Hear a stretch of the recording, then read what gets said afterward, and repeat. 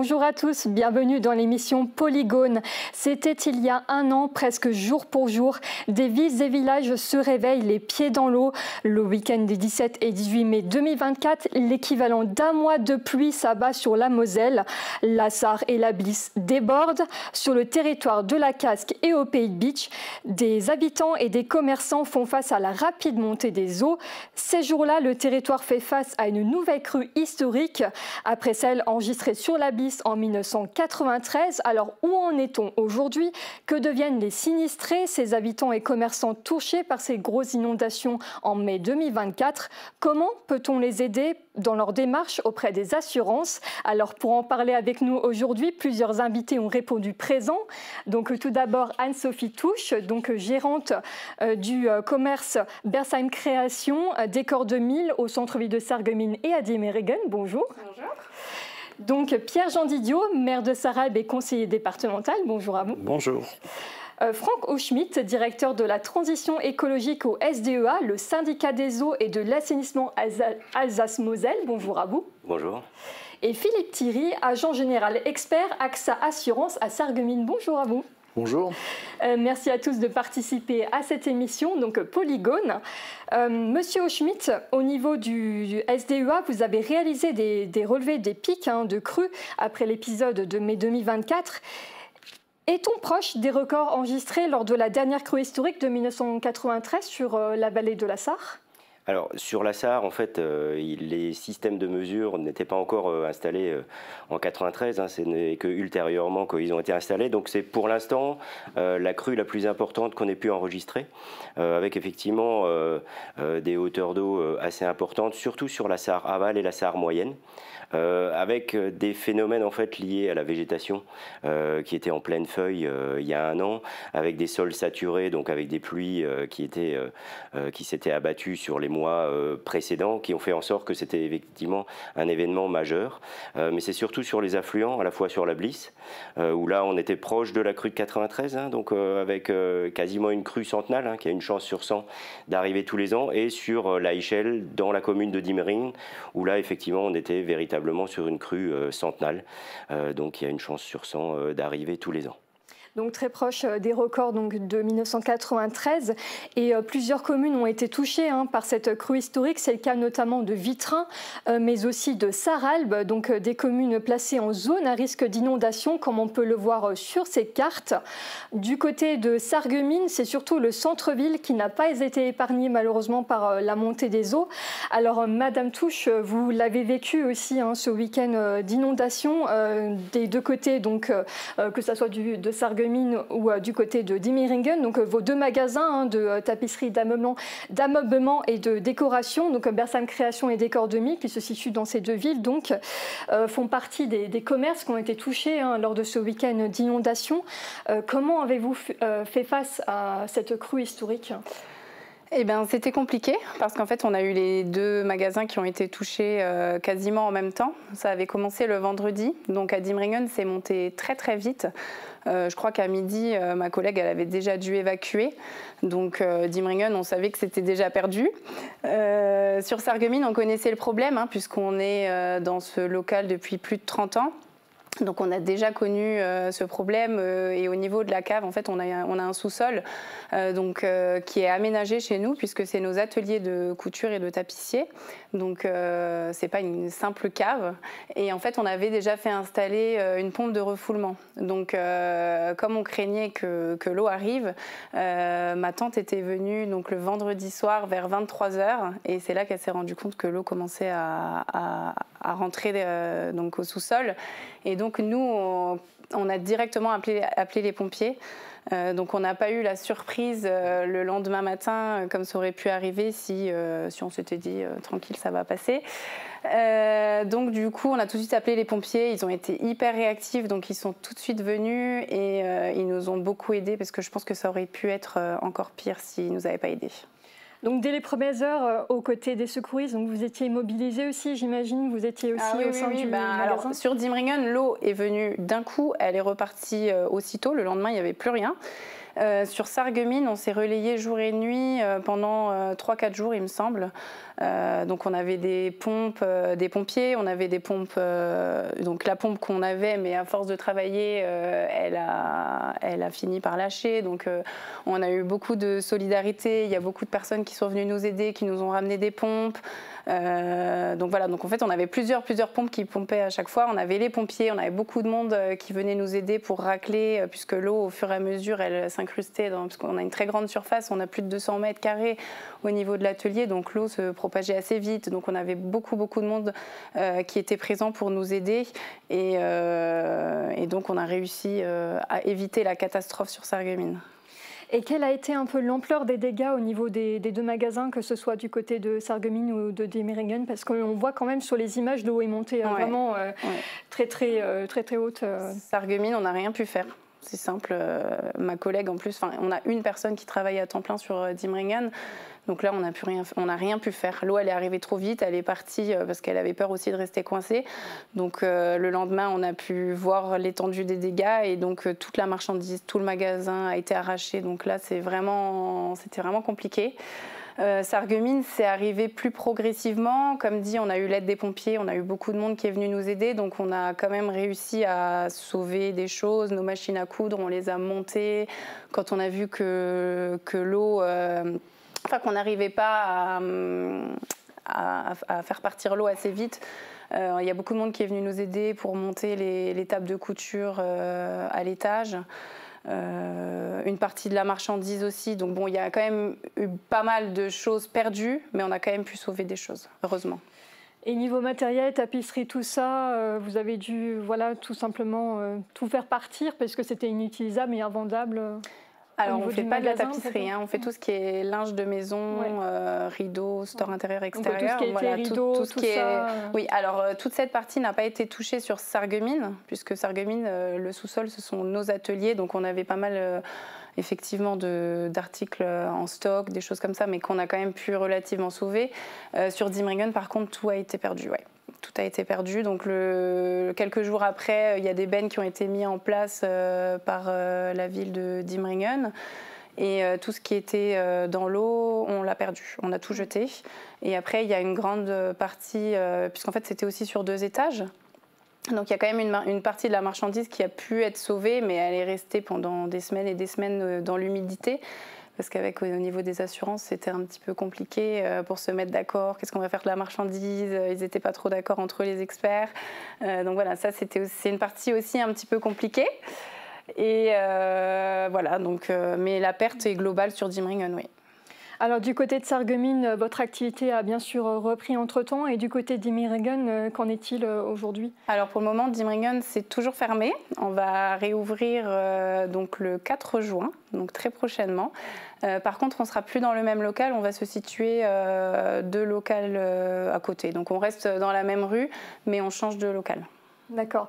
Et avez-vous participé à l'événement? Il y avait un événement organisé donc, récemment lors d'un week-end à Diemeringen, consacré à l'ensemble des commerçants qui ont été touchés par ces inondations. Est-ce que vous avez pu participer à l'événement? Est-ce que ça vous a aidé aussi à retrouver un peu de l'espoir finalement par rapport aux pertes que vous avez subies le jour-là? Oui, tout à fait. On était présents. Donc, c'était un grand marché 1 an après les inondations. Donc notre magasin n'est pas ouvert. Pas encore, mais on était présents donc, dans la rue, devant, il faisait beau en plus. Les gens étaient super contents de nous voir, ils étaient ravis puisqu'on on a un petit peu communiqué sur le fait qu'on allait réouvrir et tout le monde est très content. Donc voilà, on espère que ça va bien se passer. D'accord. Et en globalité, en termes de pertes, combien ça chiffre à peu près pour vous sur les 2 magasins? On peut communiquer là-dessus? Alors, c'est toujours pas clair avec les assurances, donc je ne pourrais pas vous donner un chiffre exact. Les experts n'étaient pas encore en accord jusqu'à il y a quelques temps. D'accord. Apparemment, ils sont tombés d'accord, mais je n'ai pas encore le bilan, donc je ne peux pas vous dire, mais sur Diemeringen, c'est assez important. C'est assez conséquent. Ouais, c'est assez conséquent. D'accord. Alors à Sarrab aussi, suite aux inondations, plusieurs glissements de terrain ont entraîné de nombreux dégâts sur les habitations. On pense notamment à la rue du Canal. Je vous propose tout de suite d'abord de réécouter ces témoignages d'habitants touchés par ces inondations. Il y avait de l'eau qui coulait à travers le mur. Il y avait une épaisseur de 5 cm de la cour. J'ai rentré les 2 chats qu'on avait, je rentre le chien. Et en même temps, je vois le mur tomber vers moi. Alors, près de 150 habitants ont été évacués par mesure de prévention. Certains ont dû quitter leur domicile à ce moment-là. Monsieur Didiot, entre-temps, un an s'est écoulé. Du côté de Sarralbe, on sait que la commune est placée, est placée en zone à risque d'inondation. Vous attendez-vous à une telle crue historique ce week-end des 17 et 18 mai 2024 ?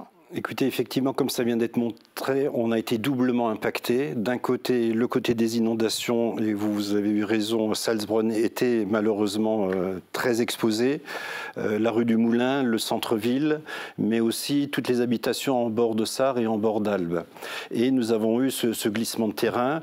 Aujourd'hui, nous avons 2 arrêtés de catastrophes naturelles qui ont été pris. Celui des inondations a été pris très rapidement. Celui concernant le glissement de terrain date de la fin du mois d'avril. Donc aujourd'hui, au moins par rapport aux assurances, eh bien, les dégâts peuvent être pris en compte. Si vous voulez, j'ai encore en tête le traumatisme, parce que quand les habitants sont confrontés à devoir faire évacuer un quartier, de devoir libérer leur maison, de devoir être relogés, quand il y a un glissement de terrain, si on ne sait pas si la maison va tenir, quand vous avez une rue qui en partie est emportée par un glissement de terrain, c'est quand même des choses qui marquent les mémoires et ça reste quand même des stress importants dès qu'il y a des grosses pluies, dès qu'il y a un temps d'orage. Alors c'est vrai qu'on a une expérience et heureusement qu'avec nos services techniques, avec mes adjoints, avec les pompiers, avec les gendarmes, nous avons passé 48 heures en continu sur le terrain pour être à côté de nos habitants, pour monter des barrages en sable, pour aider nos habitants à monter les frigos, les meubles, pour les mettre à l'abri, pour les rassurer, mais aussi pour leur trouver de l'hébergement. Donc c'est toute cette mobilisation qui a été forte. Là, on a l'exemple du barrage que nous avons fait pour éviter que effectivement l'eau rentre dans la rue Clémenceau. Voilà, donc c'est beaucoup de stress pour les habitants, c'est un énorme engagement des élus et des forces de pompiers pour un résultat qui, quelque part, on a sauvé l'essentiel. Mais je crois qu'il y a quand même bon nombre de leçons à retenir de tout ça. Nous vivons des épisodes de plus en plus rapides et de plus en plus intenses.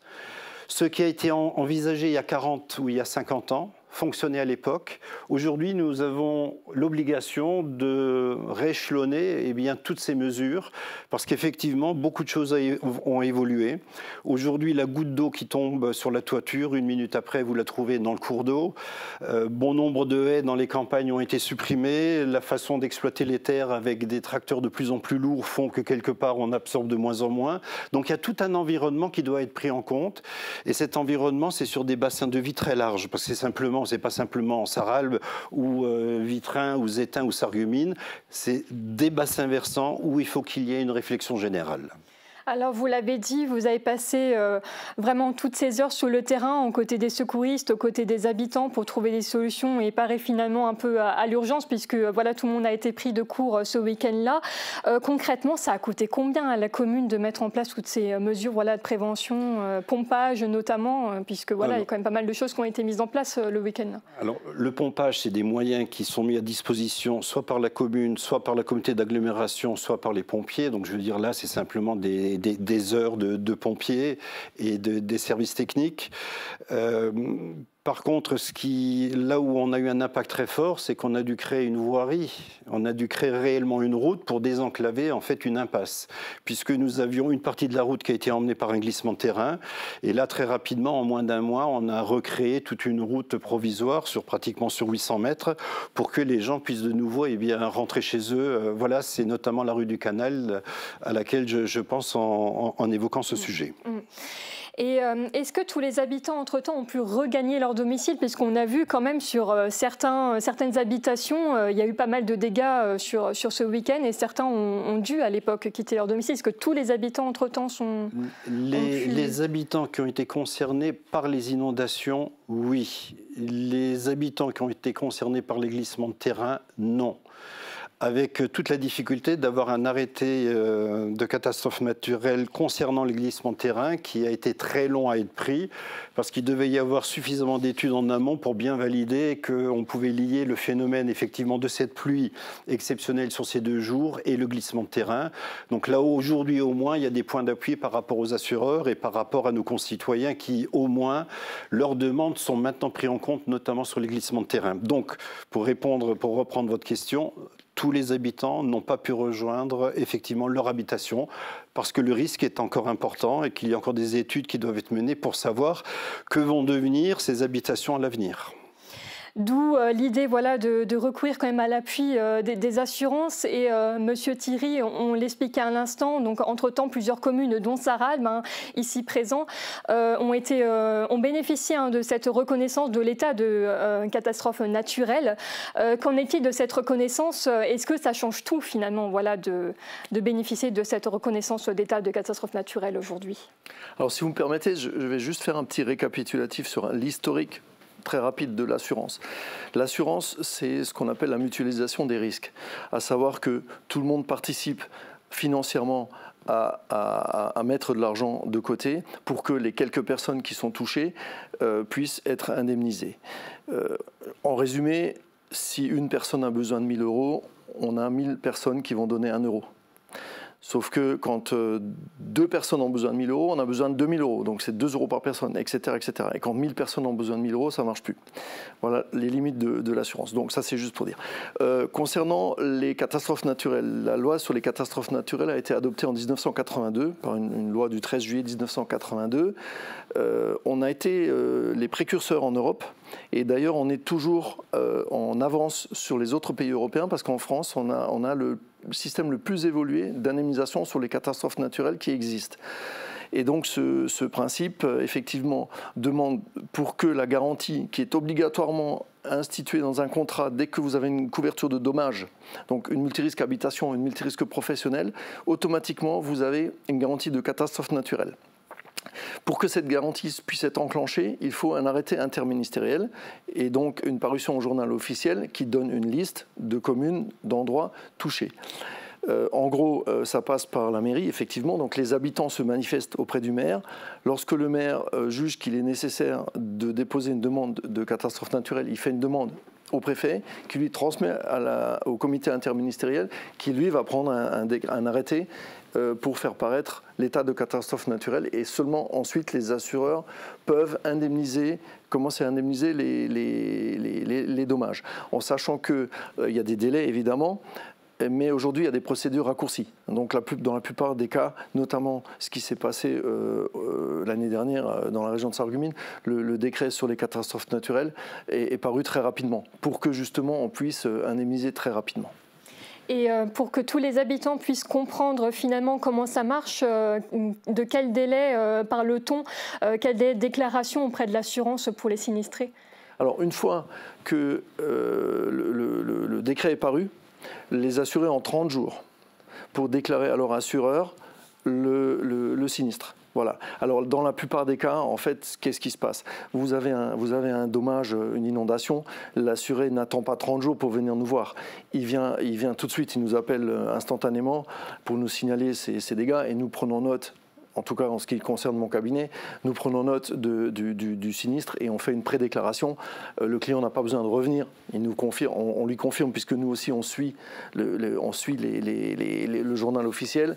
Il nous confirme et on lance la procédure et on met en route toute la machinerie de façon à ce que ça aille le plus vite possible, parce que la question c'est effectivement le temps. Madame Touche disait tout à l'heure, on ne sait pas ce qu'on fait avec les marchandises, est-ce qu'on les garde, est-ce qu'on les jette. Effectivement, il faut l'accord de l'assureur pour pouvoir pour mettre à la décharge le matériel endommagé, dans la mesure où l'assureur doit aussi connaître qu'est-ce qui a été endommagé. Il a besoin de savoir, il a besoin de justifier la matérialité du dommage.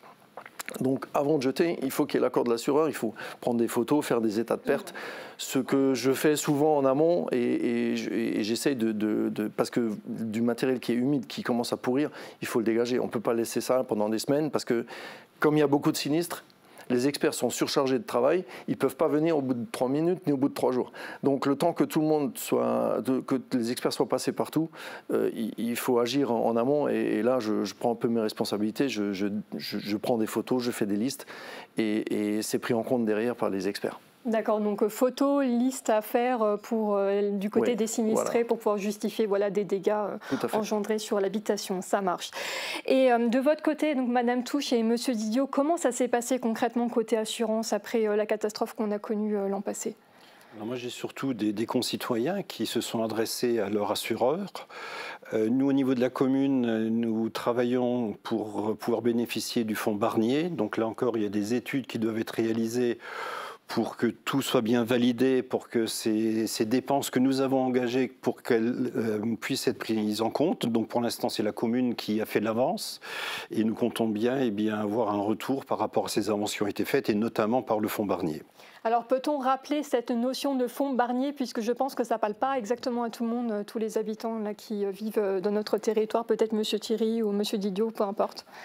Le fonds Barnier en fait a été créé pour permettre aux communes d'anticiper, enfin entre autres, je vous laisserai corriger parce que j'ai pas tout en tête non plus, mais c'est un fonds qui permet aux communes de faire effectivement des réparations, des travaux après catastrophe, mais aussi de financer des moyens de prévention. Pour éviter et pour que la catastrophe, qu'on ne peut pas éviter évidemment, mais pour diminuer les effets de cette catastrophe. Barnier, par exemple, il va certainement intervenir pour nous aider pour la reconstruction de cette route, mais le fonds Barnier intervient aussi par rapport à une ou deux maisons qui certainement ne pourront plus être réhabilitées. Et donc ce fonds permet effectivement à racheter ces biens pour qu'ils puissent être traités, dit un peu autrement, pour que le problème qui existe à cet endroit-là ne se pose plus à l'avenir. Donc pour dire encore plus clairement les choses, pour que les maisons soient tout simplement démolies. C'est d'ailleurs l'origine du fonds Barnier, qui est le Fonds national de prévention des risques naturels majeurs, qui au début a été effectivement mis en place pour racheter les biens soumis au risque inondation, pour soustraire finalement les gens du risque inondation. Et après, par de proche en proche, effectivement, ce fonds Barnier a servi à beaucoup de choses. L'État en a profité pour piocher dedans et financer notamment des mesures de prévention, des études. La mise en place des PPRI, des plans de prévention de risque inondation, sont aussi financés par ce fonds national. Alors on peut rendre hommage à M. Barnier, puisque les fonds Barnier, c'est M. Barnier, qui était à l'époque ministre de l'Environnement, qu'on a connu encore récemment comme Premier ministre, qui a mis en place toute cette architecture pour venir en aide aux communes, notamment en ces périodes difficiles. D'accord. Il a d'ailleurs proposé d'augmenter le fonds Barnier, puisque sous son court passage à Matignon, effectivement, il a proposé d'augmenter le montant de ce fonds en augmentant le prélèvement sur les polices d'assurance. Si vous me permettez, par rapport à cet épisode, je peux parler de la Moselle, des 17 et 18 mai.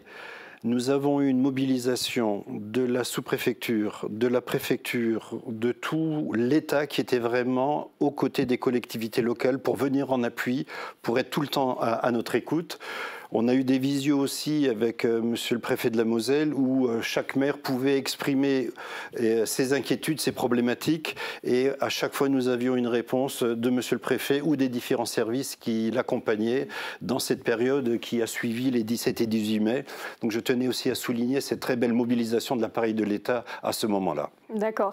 Donc pour vous, du côté de Sarap, si je comprends bien, les démarches sont en cours actuellement. Les démarches sont en cours. Nous avions encore une réunion la semaine dernière avec Voies navigables de France, puisque la route qui a glissé est sur un terrain qui appartient à VNF. Nous savons maintenant très clairement, les devis ont été faits, les travaux vont être entrepris au printemps 2026. Donc vous voyez, tout ça prend du temps. Mais je veux dire, voilà, les choses sont calées et on arrivera à désenclaver ces habitants pour l'année 2026 et ils pourront continuer bien sûr à utiliser cette voie de délestage que nous avons mis en place. D'accord, très bien. Et Madame Touche, de votre côté, côté assurance, comment ça s'est passé? Est-ce que vous êtes aussi toujours dans les démarches actuellement? Oui, on est toujours dans les démarches, comme je disais tout à l'heure, on arrive sur la fin, donc normalement je devrais avoir un retour très rapidement. C'était long. Après, je pense que c'était un petit peu compliqué, enfin que notre dossier était peut-être un peu compliqué aussi, du fait qu'il y avait les 2 magasins, que Dimringen, c'était la totalité du magasin qui a été touché. Je pense que c'était compliqué, je ne sais pas. En tout cas, on est un des derniers dossiers sur Dimringen. Sur Sarreguemines, je ne sais pas trop, mais en tout cas, j'espère que ça va vite rentrer dans l'ordre. Mais sinon, comme avait expliqué tout à l'heure, les démarches, Monsieur Thirier, c'est pareil. Donc c'est comme il a expliqué. On a eu l'autorisation à Dimringen, surtout parce que c'est là-bas que c'était très touché. On a eu l'autorisation de jeter. On a dû prendre des photos, faire des listes. Voilà, donc on a essayé de faire au mieux. Il y avait beaucoup de choses qui ont été vraiment trempées dans l'eau, donc c'était compliqué. Mais en tout cas, on a eu l'autorisation. Et comme dit, on a pris contact tout de suite avec nos assurances. Donc tout ça, ça s'est fait très facilement. Les agences, elles étaient disponibles, tout le monde était très disponible. Je tiens à souligner aussi la mobilisation, moi, des habitants, de nos voisins, d'amis de nos voisins, de personnes qu'on connaissait comme ça. C'est vrai que tout le monde a voulu aider. Donc ça, c'est vrai que c'est quand même touchant de nos jours, il faut quand même le souligner, hein, parce que c'est quand même important cette partie aussi humaine, et donc on a été touchés par cette solidarité. Très bien, on note cette solidarité humaine quand même qui est importante aussi, que ce soit de l'aspect secouriste, on le disait aussi même de la sous-préfecture et des habitants et des pompiers. Il faut le souligner, ouais. Très présents, très réactifs, on les remercie beaucoup. Monsieur Thirier, toujours sur le volet assurance, concrètement, comment est calculé le montant d'indemnisation auquel on peut avoir le droit en tant que particulier demain, puisque de nombreux habitants se posent la question aussi sur notre territoire, et en termes de délai, combien de temps doit-on attendre finalement pour avoir des premières réponses des assurances? J'imagine que vous croulez sur les dossiers encore actuellement. Absolument. Alors, je n'ai pas été trop touché par les inondations. Mon cabinet n'a pas été trop touché par les inondations de l'année dernière. Contrairement à 1999, ce n'était pas de l'inondation, c'était de la tempête. On a ouvert en une journée autant de sinistres qu'en une année. C'était phénoménal. Alors, comment sont indemnisés les gens? À partir du moment où la garantie catastrophe naturelle est appelée à jouer, l'indemnisation, en fait, elle vient par rapport au chiffrage que va nous communiquer notre client. Notre client va nous faire une liste des biens endommagés. On a un expert qui va venir sur place constater. On va faire des estimations de remise en état. Tapisserie, peinture, sol, électricité, enfin tout ce qui est endommagé. Plus évidemment les heures de nettoyage, les frais. Là-dessus s'applique donc une valorisation qui est donnée par l'expert. Des acomptes sont versés. Alors là, je parle des dommages matériels. Je viendrai après sur la perte d'exploitation. Donc les dommages matériels, des acomptes sont versés pour qu'on puisse au fur et à mesure payer les entreprises qui vont refaire les travaux. À la fin, vous allez pouvoir racheter votre stock pour alimenter votre magasin, pour que vous puissiez recommencer à travailler.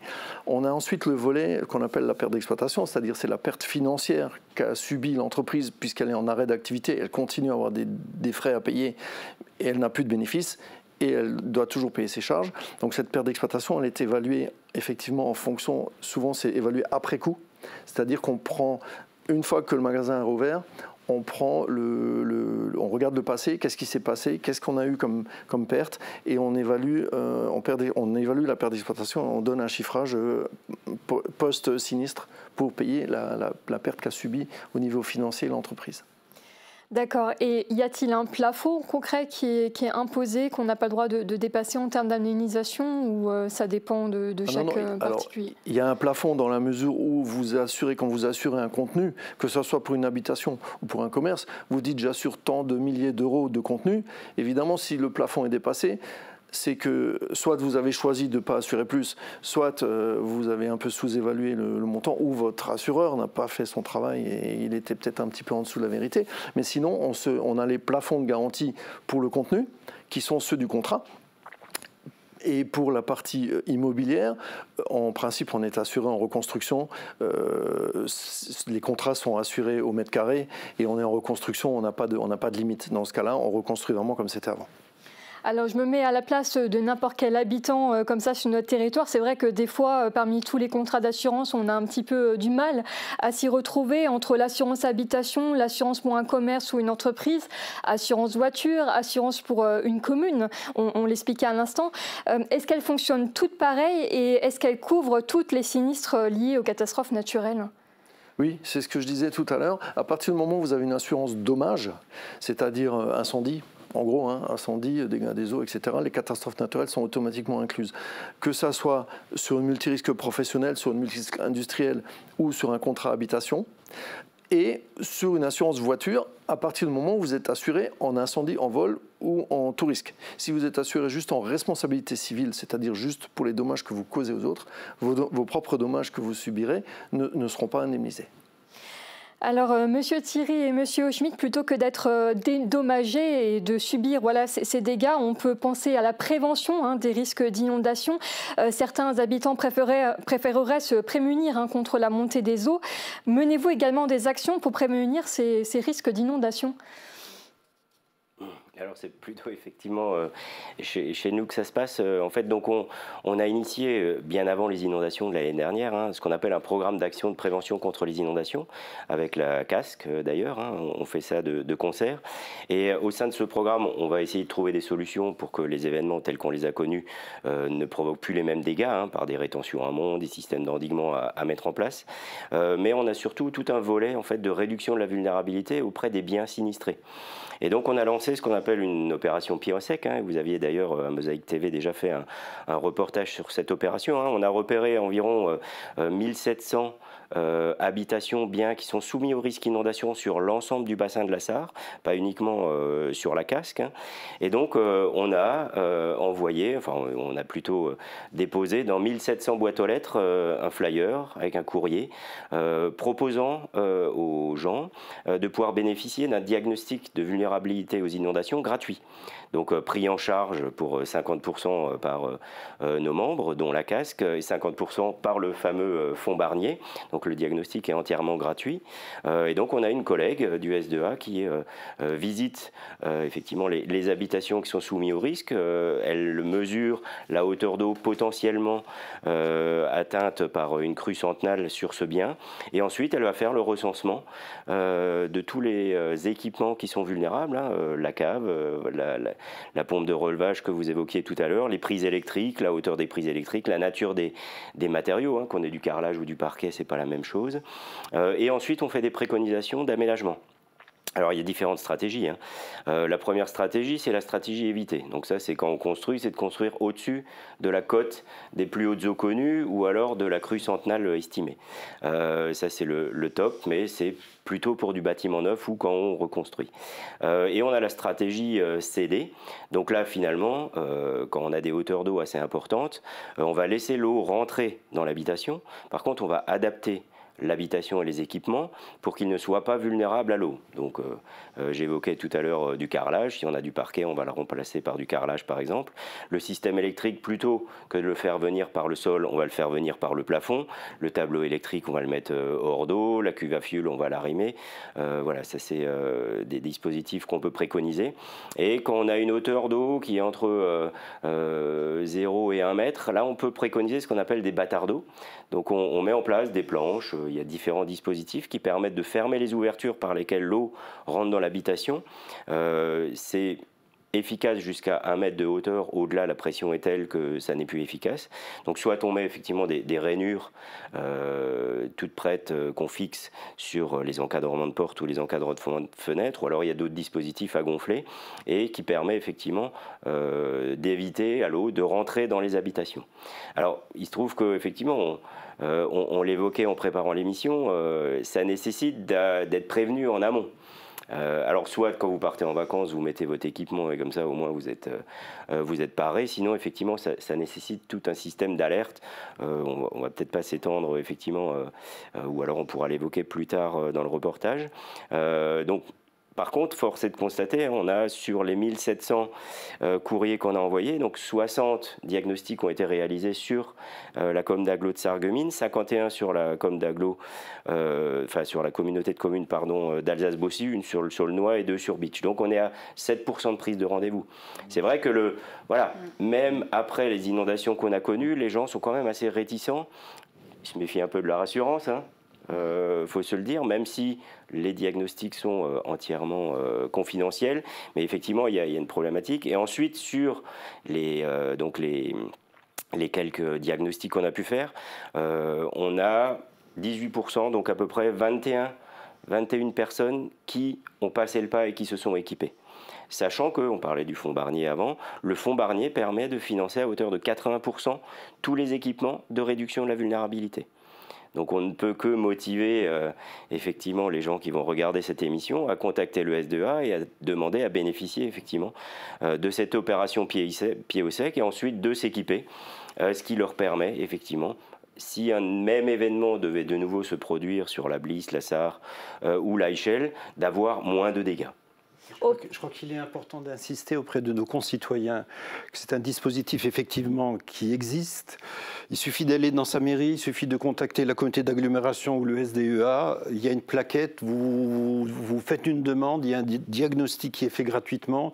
Je crois qu'il n'y a pas eu suffisamment de demandes. Je crois qu'il faut vraiment encourager nos concitoyens à utiliser cet outil. C'est déjà la première démarche pour se prévenir. Peut-être juste un élément d'information quand on parle d'une crue centenale. Ce n'est pas une crue tous les 100 ans. C'est un risque sur 100 que ça se produise dans l'année. Donc c'est quand même un risque qui est très présent. Et je crois qu'il faut essayer de rafraîchir aussi ces éléments. Pas se dire, allez, le plus gros est passé. Et maintenant, on va vivre que sous un ciel bleu, sachant quand même qu'à l'avenir, on sera confronté quand même à des épisodes, comme on les a connus, très vifs et très intenses. Donc utilisez ce premier outil. Il y en a d'autres, mais c'est déjà cet outil avec lequel il faut démarrer.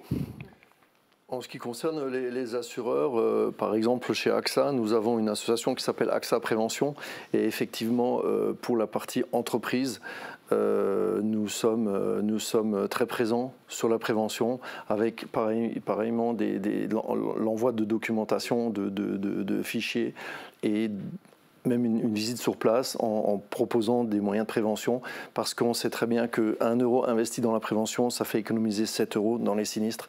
C'est très important. Il y a les sinistres, mais il y a aussi toutes les conséquences derrière. Une entreprise qui s'arrête de travailler, c'est aussi des vies humaines. C'est déjà le risque de personnes qui décèdent, parce qu'on a quand même des décès sur des événements naturels.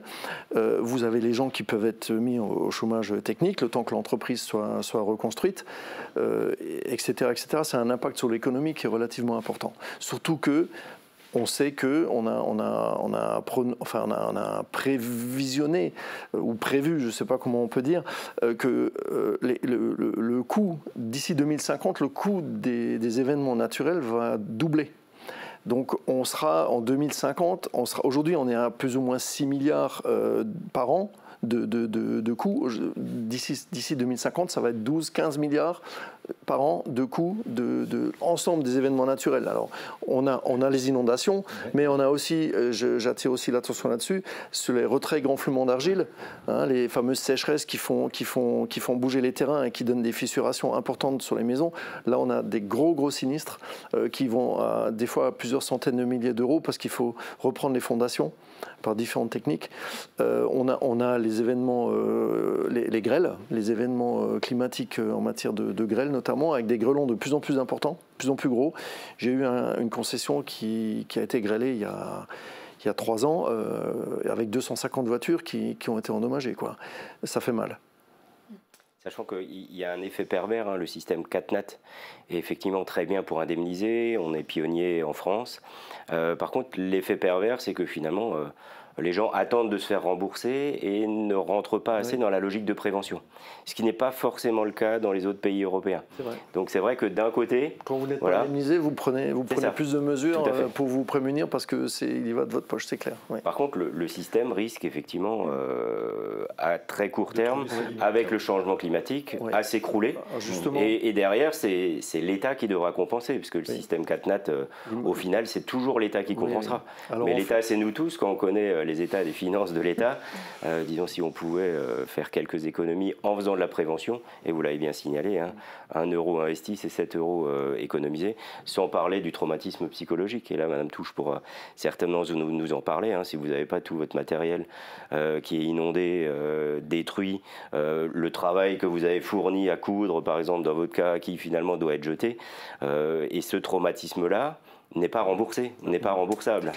Alors aux États-Unis, il y a déjà, par exemple, en Californie notamment, eh bien, les particuliers ne trouvent plus d'assureurs, tout simplement pour assurer leurs propres biens. Donc ça veut dire qu'effectivement, il va falloir qu'on réfléchisse tous ensemble comment aborder ce qui va devenir de plus en plus compliqué. Et la prévention, c'est certainement un des domaines sur lesquels, eh bien, que ce soit l'individu, la collectivité, la région, le département, l'État, où tout le monde va devoir se mettre ensemble pour chacun, à son niveau, eh bien, trouver une solution. Et Monsieur le maire, vous êtes bien au courant hein, par rapport aux assurances. Les collectivités ont beaucoup de mal à trouver actuellement à s'assurer ou alors à des tarifs qui sont prohibitifs ou les collectivités... Avec des franchises phénoménales, oui. Ouais, alors, je veux juste embrayer là-dessus, parce que, bon, il y a eu, il y a quelques années, une mutuelle, il y a 2 compagnies d'assurance qui ont fait une razzia sur toutes les collectivités locales, je ne vais pas les citer, et qui ont cassé les prix. Moi, je me suis fait prendre des communes que j'assurais avec des tarifs divisés par plus que par 2 par ces mutuelles. Et donc, elles avaient des prix tellement bas que forcément toutes les communes se sont assurées chez elles, elles ont eu bien raison, sauf qu'aujourd'hui, ces 2 compagnies se désengagent complètement parce qu'elles sont en déficit. Et aujourd'hui, les autres assureurs, écoutez, ils disent, voilà, nous, on est désolé, mais on n'ose pas trop y aller, ou alors on vous met des franchises qui peuvent aller à plusieurs centaines de milliers d'euros. Hein, monsieur le maire, je ne sais pas si vous êtes concerné, mais c'est des franchises... On va être en appel d'offres bientôt. Ouais, donc c'est des franchises énormes, pour autant que les assureurs répondent aux appels d'offres, parce qu'il y en a de moins en moins qui répondent aux appels d'offres, c'est vrai. Voilà. Pour quelle raison? Parce que ce que je disais tout à l'heure, 1000 personnes qui donnent 1 euro pour qu'une personne touche 1000 euros, quand il y en a 1000 qui ont besoin de 1000 euros, ça ne marche plus. Et là, on arrive à une limite.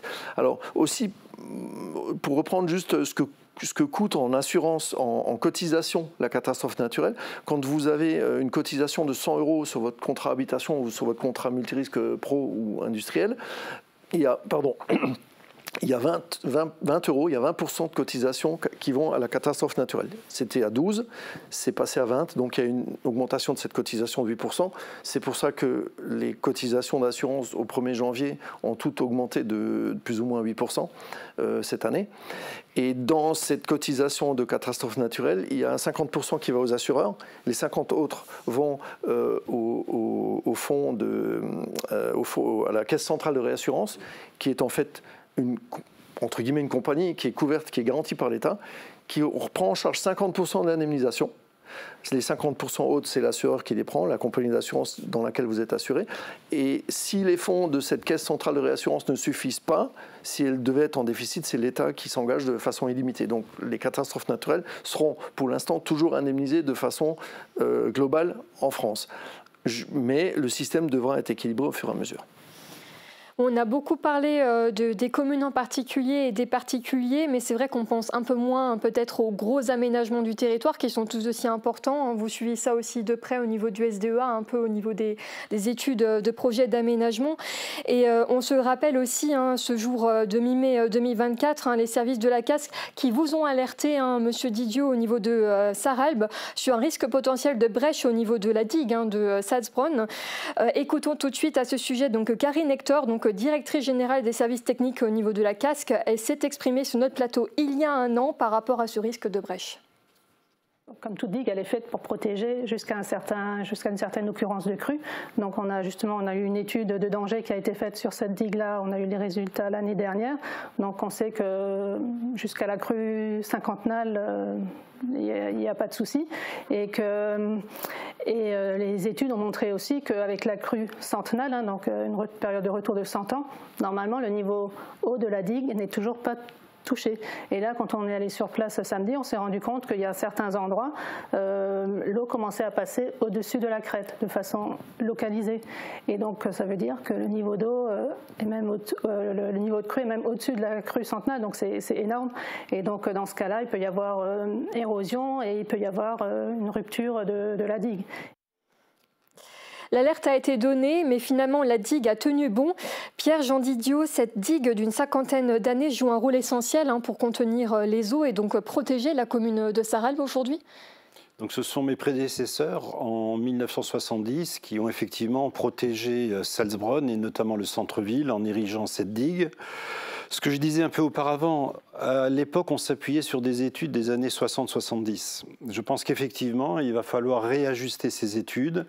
Des études sont en cours, on n'a pas encore vraiment le fin mot de ces études, mais je crois qu'effectivement, on sait qu'à l'avenir, on sera confronté à des périodes tout aussi intenses que celles des 17 et 18 mai, et que la CASC, qui a maintenant cette responsabilité d'assurer déjà l'entretien et la sécurité de ces digues, eh bien là encore, nous attendons, disons, un retour de ces différentes études pour voir eh bien, quelle est l'approche de la communauté d'agglomération par rapport à cette problématique qui concerne la sécurité de tout un quartier de Sarralbe, mais aussi de tout le centre-ville de Sarralbe. Donc les études mettent du temps, il faut que les choses soient faites sérieusement pour qu'on puisse prendre les bonnes décisions.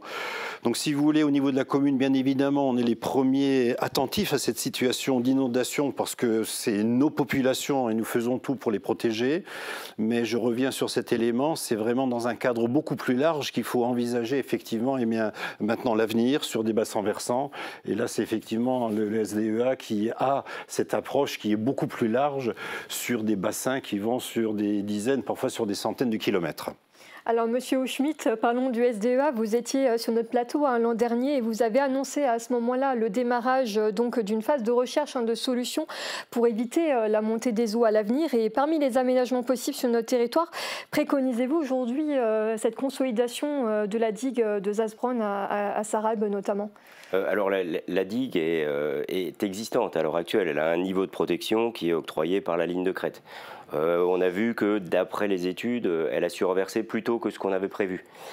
Certainement que la végétation a joué son rôle. Donc là, l'ouvrage étant existant, bien sûr, il faut le consolider et les services de la com d'agglo de Sarreguemines sont dessus. Il n'y a pas de souci là-dessus. La problématique maintenant, c'est l'avenir.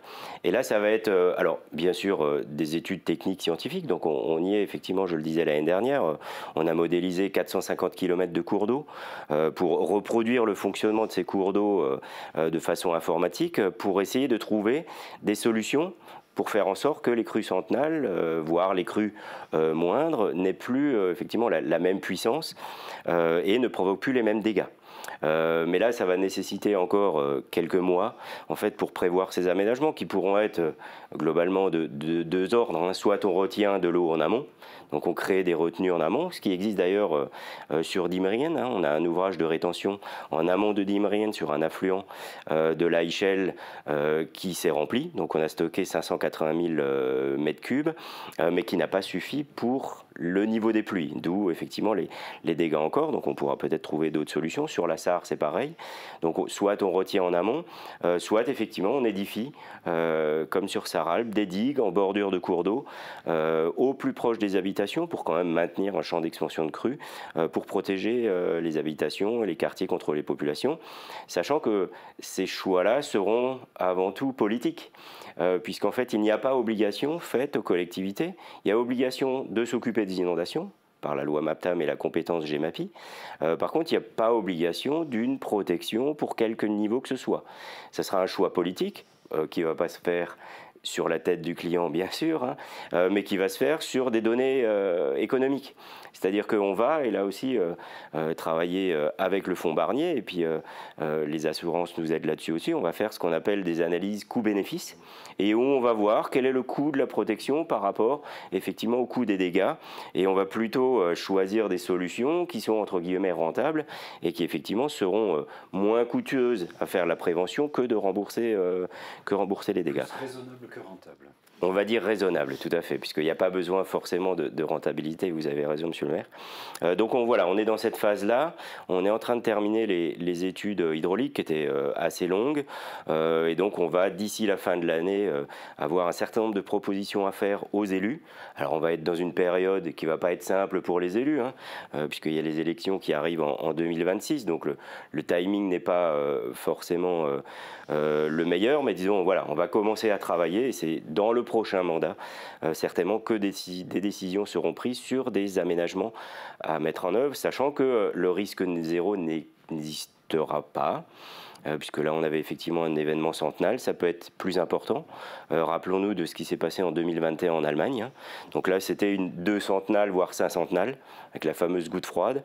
Donc les ouvrages auront de toute façon toujours leurs limites. Voilà. Donc pour revenir à l'opération pied au sec et au fait que les gens doivent se prémunir quand même si on met tout en œuvre, les collectivités vont investir pour les protéger contre les inondations de façon mutualisée, les mesures individuelles seront toujours préconisées. Vous voyez, j'ai un exemple. Par exemple, mon collègue Bernard Clavé, maire de Haulvin, eh bien, à l'automne, il baisse le niveau de l'étang de Haulvin. Ce qui fait que quand il y a les premières grosses pluies qui arrivent, eh bien, l'étang de Haulvin fait bâche tampon, entre guillemets. Donc vous voyez, c'est l'intelligence sur tout un territoire qui fait que, eh bien, on arrive à trouver des solutions, mais communes. Ça ne sert à rien de régler le problème de Sarralbe en disant on va essayer d'évacuer l'eau plus rapidement de Sarralbe si c'est Vitrin et si c'est Sarreguemines qui prend derrière. C'est pour ça qu'il est important d'avoir cette réflexion avec l'ensemble des élus pour qu'ensemble on trouve les meilleures solutions. Effectivement, le risque zéro n'existe pas. Sachant qu'on a 10 communautés de communes et comme d'agglos qui se partagent le bassin de la Sarre.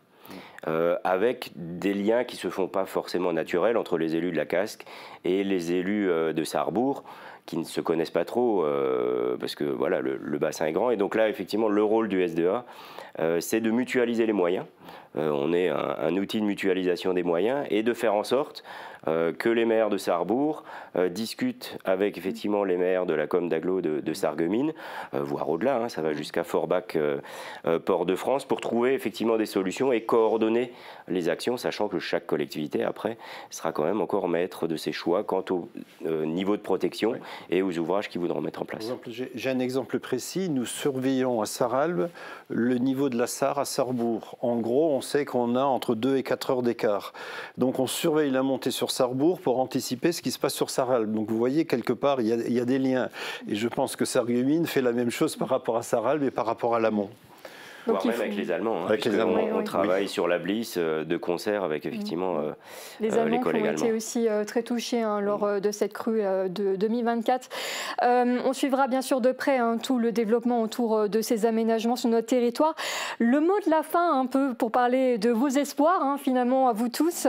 Madame Touche, Monsieur Didiot, Monsieur Thierry et puis Monsieur Houchmit. Qu'aimeriez-vous finalement comme solution pour tenter d'éviter ces risques d'inondation à l'avenir, que ce soit en termes de prévention, en termes d'assurance, voilà, sur tous les points qu'on a pu voir aujourd'hui, voilà des solutions que vous aimeriez voir développer, se mettre en place?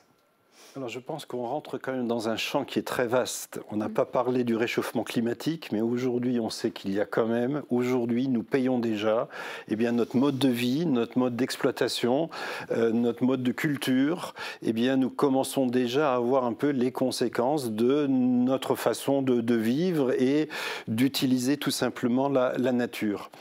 Je crois que l'élément qui est important, effectivement, les collectivités vont trouver des moyens pour essayer de retenir au mieux, mais dans des limites qui existent, de contenir tous ces problèmes, que ce soit les problèmes des inondations, mais on parlait aussi des canicules en été, parce qu'on sait que d'ici 25 ans, on aura dans un triangle qui est celui de Metz, Nancy, Strasbourg, on aura les températures de Montpellier. Donc tout ça aura des répercussions sur notre façon de vivre. La prévention, on disait pied au sec, commençons déjà par là, soyons déjà plus attentifs. Chacun à son niveau peut faire quelque chose. Le fait de résorber, d'avoir les eaux de pluie qu'on stocke dans 1 mètre cube, dans un, comment on appelle ça, dans un box d'1 mètre cube, quand vous prenez un lotissement de 500 maisons fois 1 mètre cube, vous voyez déjà chacun son niveau peut faire des retenues. Cette retenue d'eau pour être utilisée en été, pour arroser ses fraises, ses salades, etc. Voilà, donc c'est vraiment une prise en compte. Il faut d'abord qu'il y ait une vraie prise en compte de nos concitoyens. Les élus ne font que reprendre les problématiques pour essayer de répondre à ce que nous vivons. Mais disons, la nature, on doit la respecter, on doit mieux la respecter. Elle a ses cycles et je pense que c'est de cette façon-là qu'on arrivera ensemble, avec la nature, à mieux avancer. Et surtout pour préparer un avenir pour nos enfants et nos petits-enfants qui vont être encore beaucoup plus exposés que nous le sommes aujourd'hui à l'heure actuelle. Aux espoirs peut-être, Madame Touche, au niveau des commerçants, ici à Sarreguemines notamment? Eh bien, il faut prier que ça n'arrive plus ou le moins possible, parce que bon, comme dit, voilà, la prévention c'est bien, mais le risque zéro n'existe pas. Donc effectivement, que chacun prenne conscience qu'on puisse faire quelque chose chacun à notre niveau, voilà, comme l'ont dit mes collègues, et voilà. Monsieur Schmitt, peut-être aussi? Disons, déjà, on a toujours eu de la chance, on n'a pour l'instant pas eu de mort. Donc l'espoir, et en tout cas le vœu, c'est qu'il n'y ait pas de mort. On l'a vu encore dans le sud de la France hier, il y a eu 3 morts. Souvent à cause de réflexes idiots. On ne traverse pas un pont avec sa voiture, on n'essaye pas absolument de chercher sa voiture, donc on voit que est-ce que les habitants du Grand Est, en tout cas de notre région, sont plus raisonnables que dans le Midi? Je ne sais pas, mais en tout cas, l'espoir, c'est qu'on ait toujours aussi peu de victimes, en fait. Et donc là, pour ça, il faut continuer à sensibiliser, informer les gens sur les bons réflexes, sur effectivement disons les mesures à prendre en cas d'inondation. Hein. C'est le travail d'ailleurs des maires dans le cadre de certain nombre de documents et de plans communaux de sauvegarde. C'est effectivement aide-toi, le ciel t'aidera, donc le fait de se protéger soi-même. L'espoir aussi de pouvoir faire un certain nombre d'ouvrages en tant qu'aménageur du territoire pour faire en sorte que les gens puissent dormir, vivre, effectivement avoir leurs activités de la façon la plus sereine possible. Donc il y a plein d'espoir et donc de ce fait aussi on organise à la fin de cette année, donc le samedi 18 et le dimanche 19 octobre, ce qu'on a appelé un salon de l'inondation, un peu provocateur, mais c'est la 4e édition, où à Woustviller on va effectivement avoir un certain nombre d'exposants, des conférences, des fournisseurs de protection individuelle, des espaces partenaires pour notamment les professionnels du bâtiment, mais un espace assurance aussi, pour que les gens puissent effectivement se renseigner et que les assurances puissent s'exprimer, voire un espace jeunesse et sensibilisation pour justement sensibiliser les gens à cette problématique-là. On communiquera bien sûr sur les effets du changement climatique. Donc on ne peut que donner rendez-vous à l'ensemble des habitants du bassin de la Sarre, mais plus particulièrement effectivement de la com d'Aglo de Sarreguemines et de la Comcom d'Alsace-Bossu à venir nous rendre visite les 18 et 19 octobre prochains pour venir se renseigner effectivement sur la problématique des inondations, où on pourra finalement démontrer qu'il y a de l'espoir, même si effectivement les perspectives climatiques ne sont pas si sereines que ça, quoi. Et Monsieur Thierry, vous participerez peut-être à l'événement organisé par le SDEA? Malheureusement, je découvre, je ne connaissais pas l'existence de cet événement, mais je suis preneur en matière d'information, ça m'intéresse beaucoup.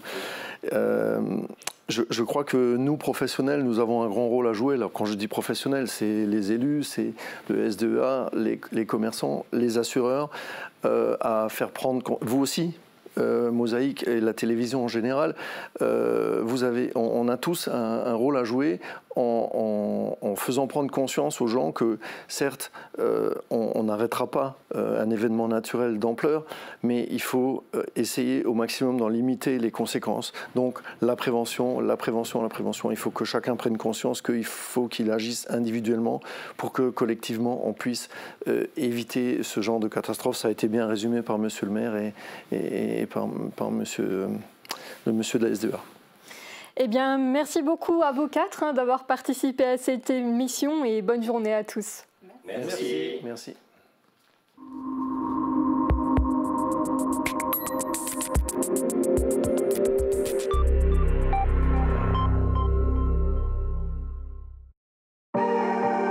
La rénovation de vos façades avec Modern Habitat allie esthétique et une résistance garantie à toutes les intempéries.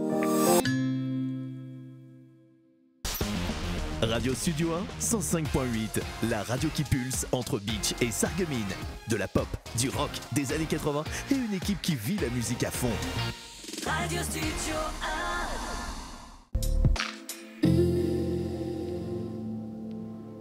Bonjour tout le monde, on démarrera la journée de demain sous le soleil, mais ça ne va pas durer. Rapidement, les nuages se multiplient et le temps tourne à l'orage. Côté température, les minimales iront de 15 à 17 degrés et les maximales de 27 à 28 degrés. Demain, nous fêtons les pétroniers, il fera jour de 5h31 à 21h26. C'est tous une belle journée et à demain.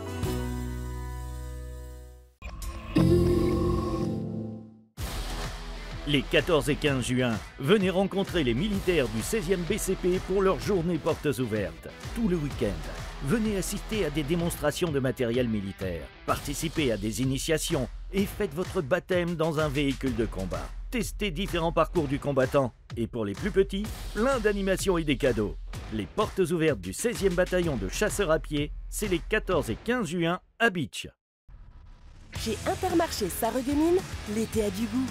Des fruits et légumes ultra frais, gorgés de soleil et de saveur.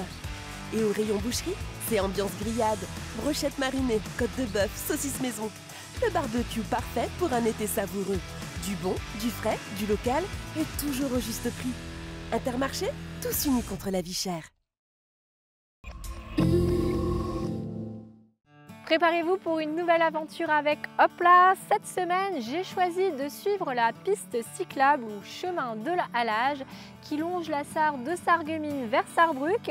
Alertée par les joyeux cris des enfants, j'ai choisi de m'arrêter sur cette imposante aire de jeu.